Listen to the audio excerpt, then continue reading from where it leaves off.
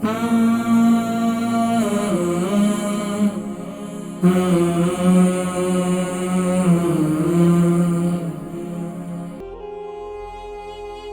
है ब्रेडफोर्ड से जाहिदा, इनके जिस्म में भी दर्द रहता है, मैदे में भी दर्द रहता है और काफ़ी अरसे से मैदे के मरीज़ हैं। अस्सलाम वालेकुम।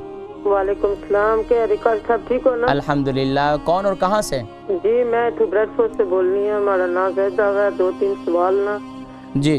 मिकी गोट दसी है ने तमीर देने में तकलीफ है तो इस मारे खब्बे पासे की दर्द है, बांह की भी दर्द है, लत्ता की भी दर्द है, बू तो ये दसो हमारी मुंडी की भी बहुत दर्द रहना है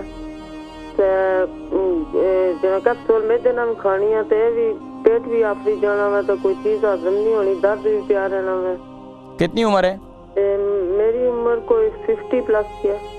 अच्छा ये बताएं कि आपका वज़न कितना है? वजन 14 स्टोन है। अच्छा वज़न ज़्यादा है। अच्छा ये बताएं कि मैदा जो है कब से ख़राब है आपको? क्या खट्टी डकारें आती हैं?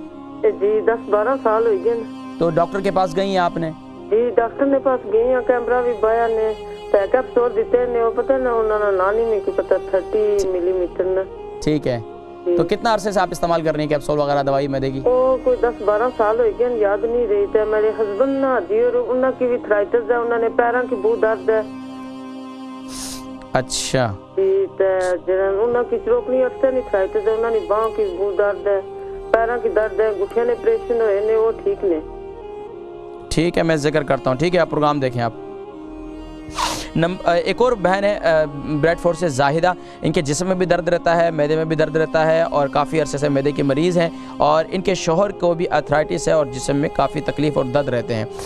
देखिए जी मेरी बहन, सबसे पहले आपके सवाल का जवाब कि जिस्म में दर्द और आपके शोहर के जिस्म में भी दर्द रहता है और उनको अर्थराइटिस भी है तो इसके लिए बेहतरीन ये है कि मेथी दाना का इस्तेमाल करें, रात को गीला करें और सुबह जो है उसका पानी पिएं।